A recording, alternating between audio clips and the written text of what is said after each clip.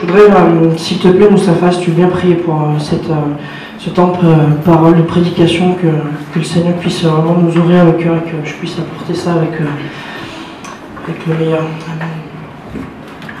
Éternel, mon Dieu, c'est vrai que nous sommes devant toi humblement parce que tu es notre roi, tu es notre rocher. Et ce matin, Seigneur, nous voulons nous remettre entièrement en toi. Nous voulons, Seigneur, remettre tous ces instants, Seigneur, entre tes mains. Seigneur, tu bénis Étienne pour la prédication, tu l'inspires, tu loin de ton esprit, Seigneur, sans lui vraiment de nous parler de ta part, Seigneur. Utilise-le, Seigneur Jésus, comme ce canal vraiment merveilleux pour toi. Oui, Seigneur, nous te présentons ces instants et tout le reste de culte, Seigneur, et que tu sois glorifié. Amen. Amen. Amen. 1 Corinthiens 13, chapitre 1 nous dit: si je parle les langues des hommes et même celles des anges, mais que je n'ai pas l'amour, je suis un cuivre qui résonne ou une cymbale qui retentit. Si j'ai le don de prophétie, la compréhension de tous les mystères et toute la connaissance, si j'ai même toute la foi jusqu'à transporter les montagnes, mais que je n'ai pas l'amour, je ne suis rien. Et si je distribue tous mes biens aux pauvres, si même je livre mon corps aux flammes, et que je n'ai pas l'amour, cela ne me sert à rien. L'amour est patient, il est plein de bonté. L'amour n'est pas envieux, l'amour ne se vante pas, il ne s'enfle pas d'orgueil, il ne fait rien de malhonnête, il ne cherche pas son intérêt, il ne s'irrite pas, il ne soupçonne pas le mal, il ne se réjouit pas de l'injustice, mais il se réjouit de la vérité. Il pardonne tout, il croit tout, il espère tout, il supporte tout. L'amour ne meurt jamais. Les prophéties disparaîtront, les langues cesseront, la connaissance disparaîtra. En effet, nous connaissons partiellement et nous prophétisons partiellement. Mais quand ce qui est parfait sera venu, ce qui est partiel disparaîtra. Lorsque j'étais enfant, je parlais comme un enfant, je pensais comme un enfant, je raisonnais comme un enfant. Lorsque je suis devenu homme, j'ai mis fin à ce qui était de l'enfant. Aujourd'hui, nous voyons au moyen d'un miroir, de manière peu claire. Mais alors nous verrons face à face. Aujourd'hui, je connais partiellement, mais alors je connaîtrai complètement, tout comme j'ai été connu. Maintenant, donc, ces trois choses restent: la foi, l'espérance, l'amour. Mais la plus grande des trois, c'est l'amour. Amen.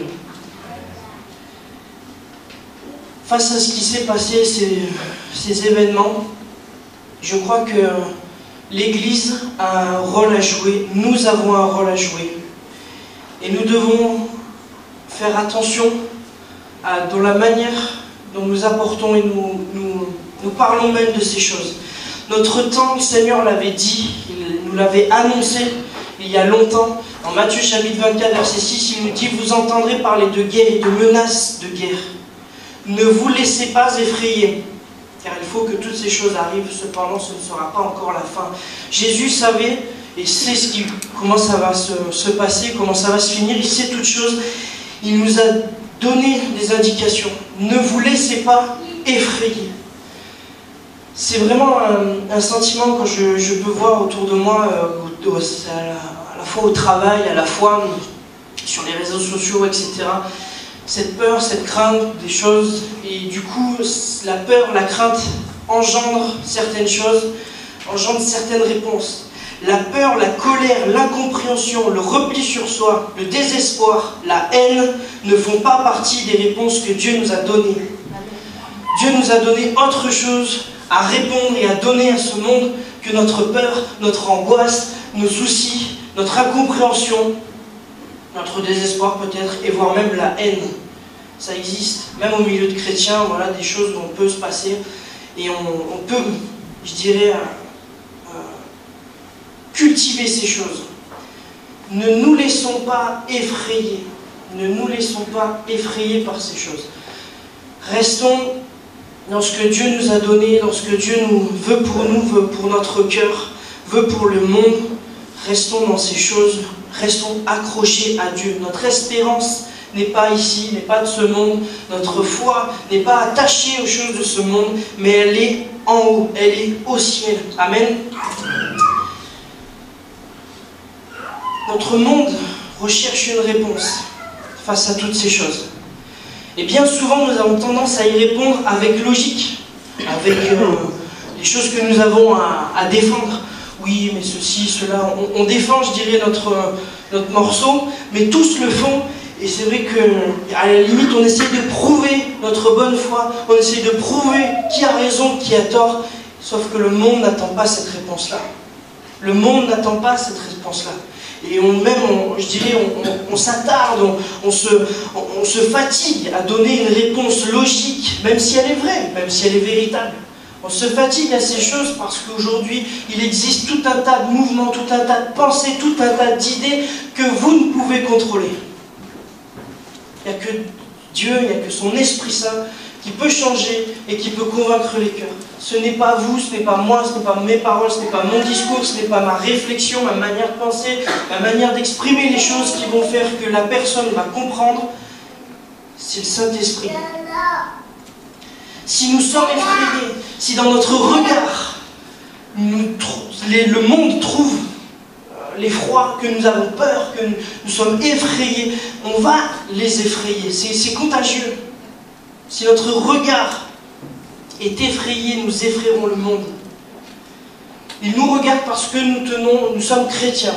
Ils ne font pas attention si notre vie est en phase avec Jésus ou pas. Nous sommes affichés en tant que chrétiens, nous sommes affichés en tant que religion. Et aujourd'hui, le message de la plupart des gens se disent, c'est à cause des religions qu'il y a de la guerre, qu'il y a la guerre. Et c'est vrai, on ne peut pas le nier. Donc les gens nous regardent, sachant qui nous sommes. Et si dans nos regards, si dans nos cœurs se trouve la peur, on va encore plus le communiquer. Ce sont des gens comme nous, je dirais, qui pouvons nous retrouver dans une situation soit extrême, et parler même, je dirais, en étant extrême, et du coup, au lieu de semer, soyez des hommes de paix, au lieu de semer la paix, on sème la peur, la terreur, la haine, même pour nous, pour les autres. Et cela, bien évidemment, n'est pas la réponse que Dieu nous donne. Elles seront inspirées si nos paroles, nos actes, nos attitudes, si nous avons cette peur, elles seront inspirées par cette peur. Ainsi, ces trois choses restent, la foi, l'espérance et l'amour. Mais la plus grande des trois, c'est l'amour. Nous sommes chrétiens, nous croyons en Jésus.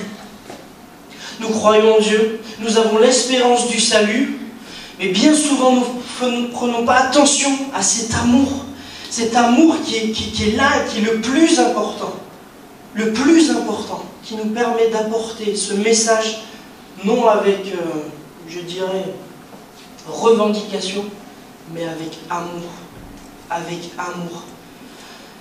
Et la question qu'on peut se poser, c'est comment tu regardes, comment je regarde le monde, comment nous regardons le monde, comment nous regardons les choses qui se passent autour de nous. Comment regardons même les terroristes, comment regardons-nous même les gens qui ont subi ces choses? Comment regardons-nous ceux qui critiquent ces choses? Comment regardons-nous même notre société avant même que ces attentats arrivent? Comment regardons-nous le monde? Quel regard avons-nous sur le monde? Si nous avons un regard, c'est sûr, de jugement, de peur, de crainte, qui prennent la place, notre place ou la place de Dieu, alors on communique encore pire cette peur et on finit par se replier sur soi. On finit par se replier sur soi. Sauf que Dieu est bien plus grand que ça. C'est Dieu qui gère son royaume, c'est lui qui l'étend, c'est lui qui fait son œuvre. Et nous sommes des instruments, je dirais, à la fois, pas vraiment utiles, mais il a besoin de nous. Quand même, merci Seigneur, pour que son œuvre avance. Mais comment je regarde, comment je vois le monde? Comment je regarde mon prochain? Comment je regarde mon collègue de travail? Comment je regarde même peut-être ma femme, mon mari? Comment je regarde cela? De quoi je transpire? De quoi je transpire? Est-ce que c'est la peur? Ou est-ce que c'est l'amour? Les sentiments que nous pouvons éprouver face à des situations comme on a pu le vivre la semaine dernière, mais ça peut être des situations dans la famille, au travail, etc. Ce sont des sentiments qui sont présents en nous et on ne peut pas les nier. Je ne fais pas partie de ceux qui disent « Non, non, non, tu es chrétien, tu ne les montres pas, non, tu n'as pas le droit d'avoir ces sentiments-là, tu n'as pas le droit. » Or, c'est pas en se battant à coups de « j'ai pas le droit d'avoir ces sentiments-là » qu'ils vont forcément partir. Je ne fais pas partie de ceux qui disent tes sentiments enterrés. a été créé avec. Quand tes sentiments, tu les enterres, ça finit par pourrir. Et le jour où il y a juste une personne qui dit un mot de travers, mais c'est pas vraiment grave, mais toi, c'est la goutte qui lui fait déborder le vase, elle en prend plein la tête, elle sait pas pourquoi, mais tu es en train de déverser tout ton cœur, tout ton être, tout ce qui a pourri, et tu finis par la moisir, et elle a rien demandé plus que ça. Il ne faut pas enterrer ces sentiments, ils sont présents. La haine, la colère, l'incompréhension, ils sont présents. Mais maintenant la question c'est comment je les déverse, vers qui je les tourne. Je peux les tourner vers une personne qui est sensible. Comme là je vous ai dit, la pauvre personne, elle n'y est pour rien, voilà, et vous venez de voir ce qui s'est passé, la première personne que vous croisez, vous lui en parlez, sauf que c'est pas forcément la bonne personne. Cette personne elle va peut-être mal interpréter ce que vous dites et elle n'aura pas aussi la sagesse ou l'intelligence de se dire c'est peut-être par le premier coup de ressenti qu'il est en train de me dire ces choses. Non, là elle prend au premier degré, elle prend tout au premier degré. Alors soit elle se ferme, soit elle fuit, soit elle se fâche. Il faut faire attention à qui nous donnons ces choses. Et autre point, les réseaux sociaux. Les réseaux sociaux, je ne voyais pas, c'est vrai, comme ça, mais avec tous ces événements qui sont passés, je comprends une chose, c'est le lieu, le pire commérage qui existe. Le commérage, c'est quoi? On parle des choses, on parle des événements, mais il n'y a pas d'action derrière, il n'y a pas de désir à ce que ça change. C'est-à-dire on peut parler des choses, voilà, on a même, je dirais, le devoir d'en parler, mais on a surtout aussi le devoir de chercher à faire des choses. Alors faire des choses, c'est pas forcément afficher les choses, c'est aussi prier pour ça. Pourquoi pas s'investir, pourquoi pas se déplacer, pourquoi pas voilà, avoir à cœur d'appeler un chrétien ou une chrétienne qui se trouve là-bas, ou une famille qu'on connaît, ou même enfin, en dehors de ce qui s'est passé vendredi dernier. Les réseaux sociaux ne sont pas une thérapie pour dire notre fond et ce que nous pensons. C'est le pire endroit où vous pouvez déchaîner la colère, la haine et jeter l'incompréhension sur tous ceux qui sont amis avec vous et tous ceux qui vont partager ces choses avec vous. Si vous êtes en colère, si vous avez de la haine, vous avez ces choses, c'est absolument pas le lieu ou le maître, ou même je dirais d'étaler des débats logiques de certaines choses. Ce n'est pas l'endroit, ce n'est pas le lieu. Il y a des endroits pour faire ça, il y a des lieux pour faire ça, il y a des gens de confiance pour faire ça. La parole de Dieu nous dit dans Jacques chapitre 5 verset 16 « Avouez donc vos fautes les uns aux autres et priez les uns pour les autres, afin d'être guéris. La prière du juste agit avec une grande force. » Il n'y a pas écrit « Avouez vos fautes sur Facebook et priez ». Non. Il y a une église, il y a des frères et sœurs, il y a des gens dans l'église que vous pouvez trouver, qui ne sont pas forcément dans cette église, mais des connaissances que vous avez, vous savez que ce sont des hommes, des femmes de confiance qui n'iront pas forcément dans le même sens que vous, parce que le but c'est pas que vous vous enterrez tous les deux dans une colère et dans une haine mutuelle, mais que vous en sortiez. Que vous en sortiez. Donc Dieu nous confie, nous donne des gens autour de nous, où nous pouvons exprimer notre haine, notre rancœur, notre amertume, notre désespoir, notre incompréhension, notre peur, notre angoisse. Et vers ces personnes qui vont pouvoir vous en sortir, vous aider à prier pour ça et vous en sortir. Le but c'est de s'en sortir, ce n'est pas d'y rester. Comprenez bien, les sentiments sont là, ils sont là, je ne peux pas les nier. Si je les nie, je les renie, je ne fais que les enterrer. Mais il faut que je puisse les déverser, les dire, les donner, pas à n'importe qui, mais avec l'objectif d'être guéri. L'objectif de changer, l'objectif d'avoir une autre mentalité. Parce que cela ne fait pas partie des réponses que Dieu a déjà pour nous. Parce que je pense à certains qui ont vécu ces choses de très très près et qui ont du mal du coup à dormir, ce qui peut se comprendre, même à, je dirais, avoir des bons sentiments, même s'ils sont chrétiens. On ne peut pas nier ces choses, il faut juste en être guéri. Il faut en être guéri. Amen. Et l'autre endroit, le meilleur bien évidemment, c'est au pied de Jésus. Au pied de Jésus, on peut tout déposer, nos fardeaux, nos soucis. Vous savez, Dieu n'a pas peur que nous soyons en colère. Dieu n'a pas peur de notre colère, il n'a pas peur de nos maux, il n'a pas peur de ce qui est au fond de notre cœur, parce qu'il nous connaît, il nous a créés.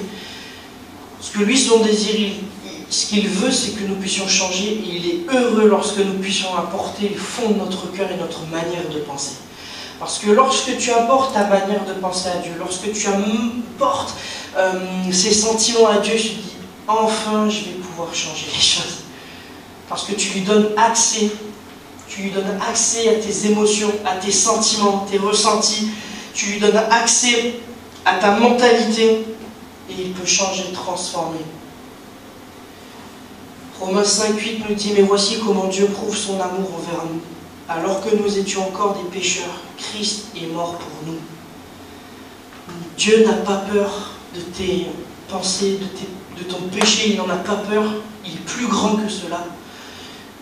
Lui, il veut te sortir de là, il veut te sortir de là. Dieu t'aime.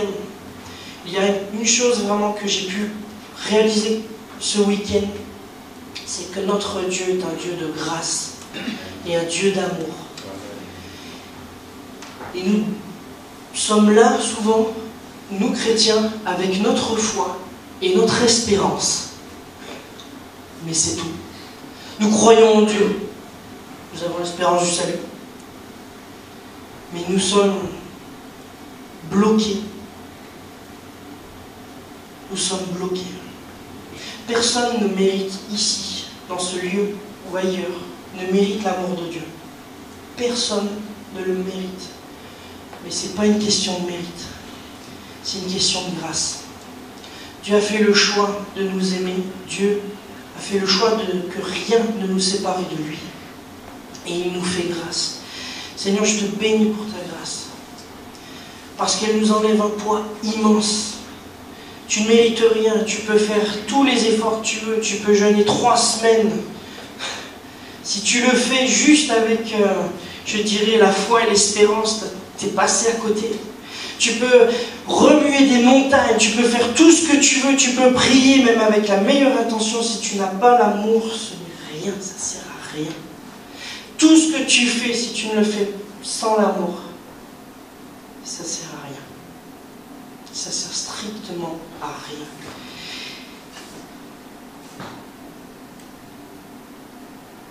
Et bien souvent, quand on se retrouve dans l'impossibilité d'aimer, de pardonner, d'avoir, je dirais, ces sentiments, ces émotions que Christ voudrait nous donner, c'est parce que l'expérience de l'amour et de la grâce de Dieu, pour nous, c'est éteinte. La parole de Dieu nous dit, n'oublie pas ton premier amour. Ne l'oublie pas. Parce que tu peux avoir toute la connaissance, tu peux avoir tout, mais tout. Mais si tu n'as pas l'amour, ça ne sert à rien. Ça ne sert à rien. Et en préparant cette prédication, durant toute cette semaine, je me posais la question et je me disais, Seigneur, jusqu'où même ça peut aller, je dirais, de ne pas trouver, de ne pas avoir cet amour dans son cœur. Et ce passage m'est venu de Matthieu qui dit, ce n'est pas tous ceux qui diront Seigneur, Seigneur qui entreront dans le royaume des cieux. Et là, j'ai pris une grosse claque. J'ai dit, Seigneur, pourtant, je pensais que c'était vraiment réservé à ceux qui étaient pécheurs, quoi, ou même enfin voilà, à la limite, les froids, ceux qui sont froids. Mais je ne pensais pas que ça allait aussi loin. Parce que tu peux, ta tête peut être une encyclopédie au niveau de la théologie, au niveau de la connaissance. Si tu n'as pas l'amour, ça ne sert à rien. Si Dieu n'est pas en relation, en communion avec toi, tu es un chrétien, je dirais froid ou tiède. Et même par rapport à cette parole, Seigneur, je me suis dit, mais papa, qui sont les froids, qui sont les tièdes? Et les tièdes, qui sont les bouillants? Les bouillants, ce n'est pas ceux qui courent partout à droite à gauche. C'est pas ceux qui font des tonnes de choses. C'est pas ceux qui sont là, présents. Ce sont ceux qui aiment, qui savent aimer.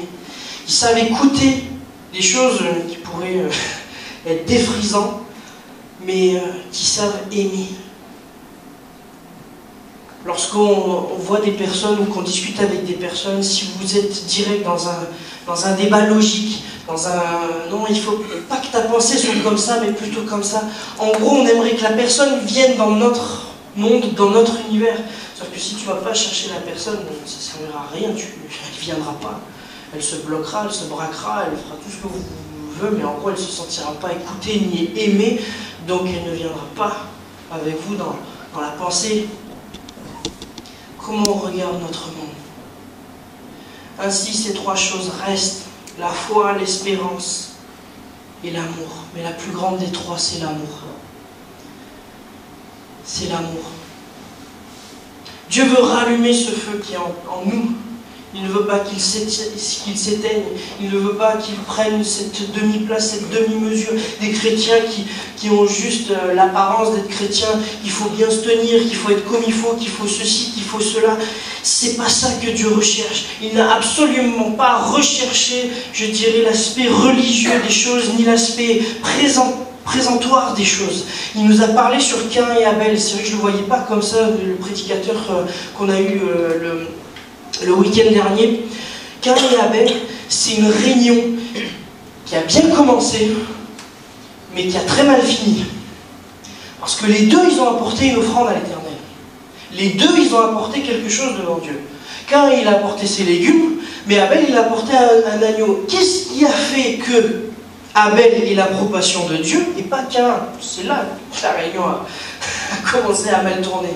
C'est parce que Dieu a donné l'approbation à une offrande et pourquoi pas à l'autre? Parce que Caïn, lui, il faut se rappeler que la terre est maudite. Et qu'ici, il veut manger, il faut qu'il cultive. Alors Caïn, il est là, il a cultivé ses légumes. Il a fait ses rangées, il a fait tout planter, il a tout semé. Et puis quand il est arrivé à l'Éternel, tiens, tu vois cette salade que j'ai fait pousser. Donc là, ce cornichon magnifique, il est beau ce cornichon. Ah, il est beau, Seigneur. Ah, il est beau. Ah, je te l'apporte parce que c'est le plus beau. Et Caïn, il était comme ça. Et Caïn, il y allait tout son cœur pourtant. Et Abel, par contre, lui s'est occupé des moutons.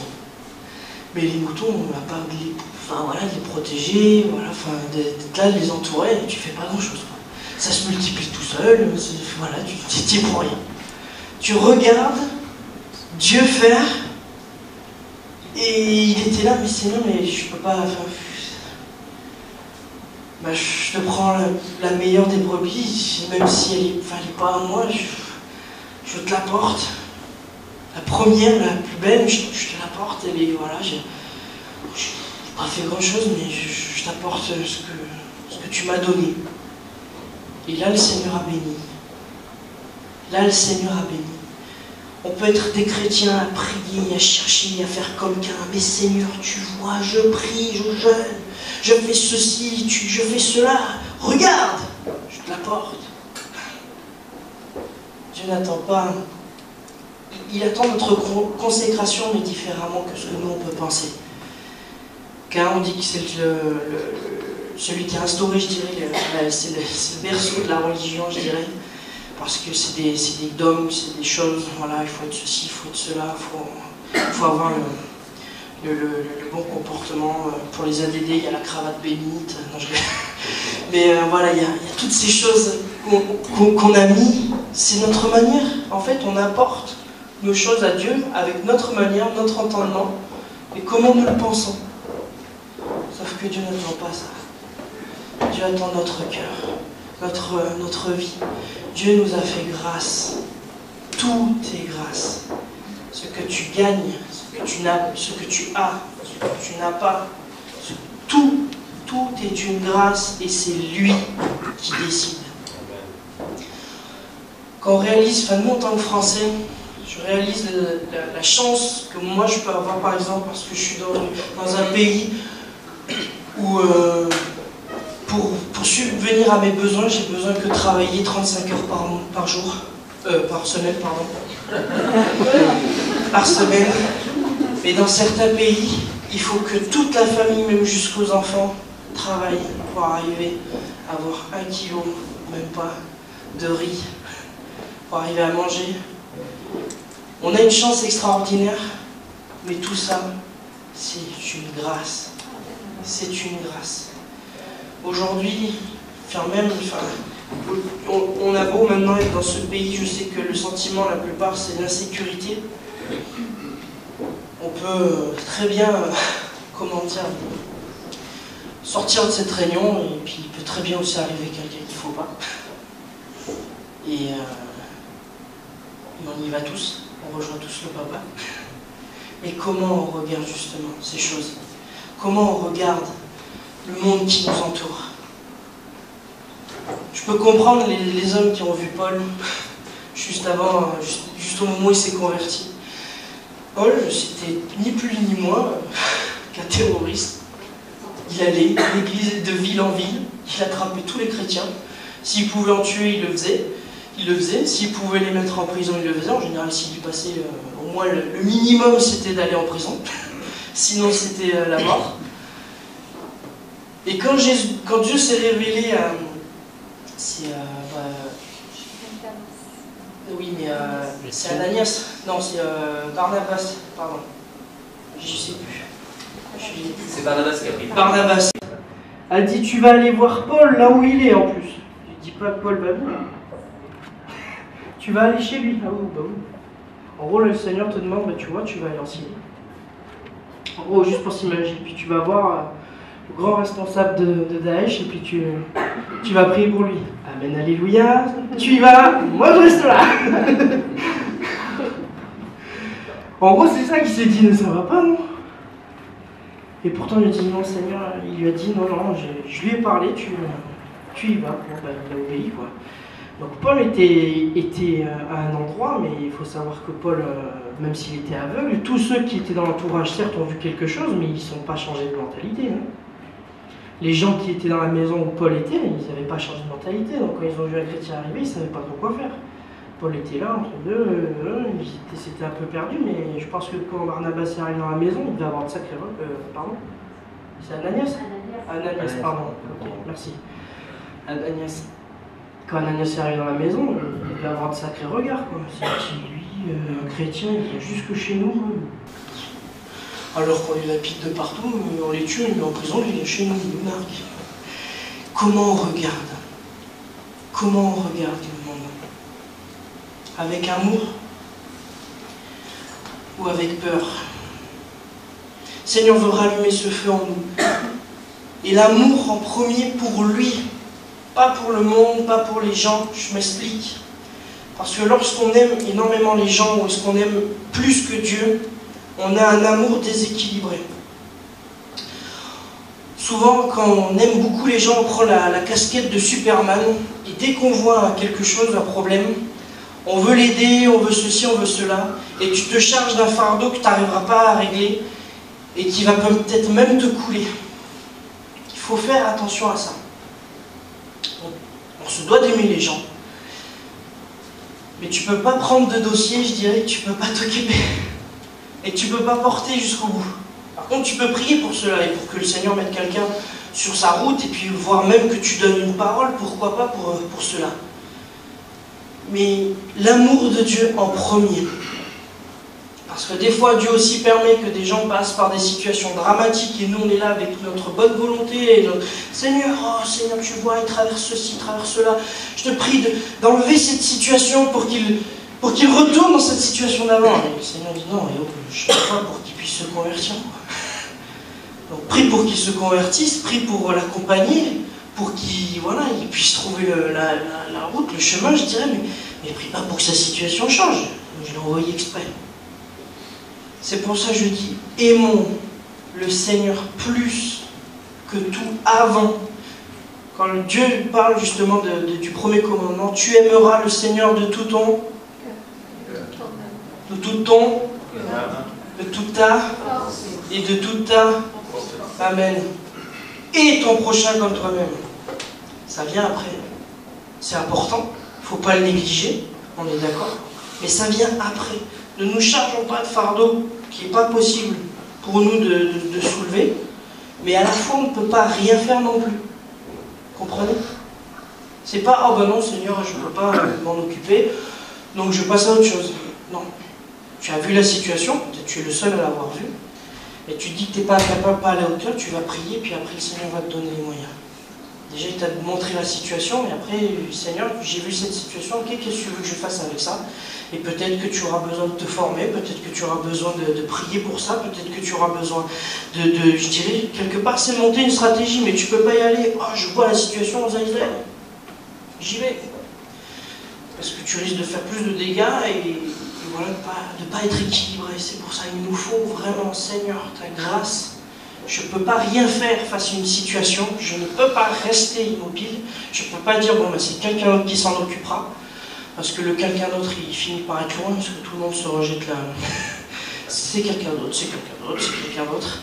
Non, non, c'est Seigneur. Tu m'as montré, ok, comment on va faire. C'est l'amour de Dieu, l'amour pour son nom, en premier, en premier. Changeons notre regard. Notre regard nous emmène là où nous regardons. C'est un principe qu'en moto, c'est beaucoup présent. Si tu veux prendre une bonne courbe, il faut regarder là où tu vas finir cette courbe. Et dans la vie aussi, c'est pareil. Si tu regardes à la peur, si tu regardes à la souffrance, si tu regardes à l'incompréhension, si tu regardes à la haine, si tu regardes à la colère, alors tu iras vers la peur, vers l'incompréhension, vers la haine, la colère. Tu iras vers ces choses-là. Notre regard, Seigneur, que mon regard soit tourné vers ton amour. Comme je le disais, si on est dans cette impossibilité, si nous devons, et vraiment c'est ma prière, c'est ce que je voudrais voir pour vous, pour moi, et pour chacun d'entre nous, cette expérience de l'amour de Dieu pour nos vies. On peut le demander, c'est ce qu'il faut, je le crois. Demander, Seigneur, donne-moi de l'amour, mais c'est surtout, Seigneur, révèle-moi ton amour. Révèle-moi ton amour. Humainement, on n'est pas capable d'aimer, humainement, on n'est pas capable de tout supporter, on n'est pas capable humainement de vivre ce 1 Corinthiens 13. On n'est pas capable de le faire. Et le Seigneur ne nous demande pas si tu es capable ou pas capable, c'est simplement est-ce que tu es disposé à me laisser révéler mon amour pour toi. Et est-ce que cette flamme, ce feu que j'ai mis en toi dès les premiers jours reprenne toute sa place? J'invite à courber la tête. On va prendre ce temps de prière, d'appel. Le Seigneur veut mettre un nouveau regard sur ce monde. Un regard qui va t'emmener même à aimer les plus terribles. Un regard qui va t'emmener à avoir de l'assurance et à transmettre cette assurance et cette paix pour le monde qui t'entoure, tes collègues de travail, tes amis, ceux que tu fréquentes. Le Seigneur veut changer ton regard. Le Seigneur a dit que ce n'est pas contre la chair mais contre le sang que nous avons à lutter. Ce n'est pas contre des idées, contre des idéaux que nous avons à lutter. C'est contre des dominations, des principautés dans les lieux célestes. Seigneur, tu es amour. Dieu est amour, c'est sa nature. Alléluia. Que cette nature prenne toute sa place dans nos vies, dans nos cœurs. N'enterre pas tes sentiments, les choses que tu as eues qui a pu se passer face à des événements. Ne les enterre pas, mais dépose-les à Jésus. Le Seigneur veut te guérir ce matin. Il veut te guérir de ce manque d'amour. Il veut te guérir de ce manque de grâce. Tu voudrais aimer mais tu n'y arrives pas. Tu voudrais donner mais tu n'y arrives pas. Dieu veut te guérir ce matin. C'est ton cœur qu'il veut guérir. C'est ton cœur qui veut guérir. Alléluia Seigneur. Alléluia Papa. Seigneur, merci pour ta parole. Merci Seigneur pour ce que tu veux nous donner Papa. Merci pour ton amour et cette grâce infinie. béni, Seigneur. Nous ne méritons rien. Ce n'est pas par nos efforts, ce n'est pas parce que nous travaillons, parce que, Seigneur, c'est grâce, c'est cadeau. Seigneur, à nous, c'est vrai de l'accepter, d'ouvrir notre cœur et de te laisser entrer, Seigneur, ce matin. Alléluia, Jésus. Tu veux recevoir cet amour ce matin? Alors lève-toi. Lève-toi, viens. Prends position, Seigneur, devant Dieu, devant l'Église. Je veux recevoir cet amour. Je veux aimer. Je veux communiquer cette grâce. Alors lève-toi là où tu es. Lève-toi là où tu es. Que le Seigneur puisse révéler son amour. Que le Seigneur puisse révéler son amour. Alléluia. Sa grâce. Il veut te montrer combien il t'aime. Avant même que tu aimes les autres, il veut te montrer combien il t'aime. Combien il se perd pour toi. Alléluia, Jésus. Alléluia, Seigneur Jésus, roi des rois. Alléluia, Seigneur Jésus, roi des rois. Alléluia, Seigneur Jésus, éternel. Alléluia, Jésus. Je te prie, Seigneur mon Dieu, pour toutes les personnes qui se sont levées ce matin, Seigneur Jésus. Je te prie, Seigneur mon Dieu, que leur cœur soit ouvert, Seigneur, pour que tu puisses déverser pleinement ton amour, Seigneur. Que tu puisses déverser pleinement toute ta grâce, Seigneur mon Dieu. Que tu renouvelles l'intelligence, Seigneur mon Dieu. Renouvelle, rallume ce feu, Seigneur Jésus. Alléluia, Papa. Rallume ce feu, au Père, dans nos vies, dans le cœur de ton Église, Seigneur, parce que tu veux que nous apportons, Seigneur, ce message de paix et d'amour, Seigneur. Tu veux que nous regardions les autres, Seigneur, avec amour et grâce, Seigneur, peu importe ce qu'ils ont fait, ce qu'ils font, Seigneur, roi des rois. C'est ton amour qui est la plus puissante des armes, Père. Oh, remplis nos cœurs, Papa, remplis nos cœurs de ton amour, Seigneur Jésus, ce matin. Alléluia, Jésus. Alléluia, Seigneur. Guéris le cœur de ton Église, Seigneur. Alléluia, Jésus. Nous te donnons nos âmes, Jésus. Combien par ton esprit raviver notre amour, pour faire changer nos vies. Alléluia, nous te donnons nos cœurs, Père. Alléluia. Nous te donnons nos cœurs, Jésus. Nous te donnons nos âmes, Dieu. Reviens par ton esprit, raviver notre amour, reviens changer.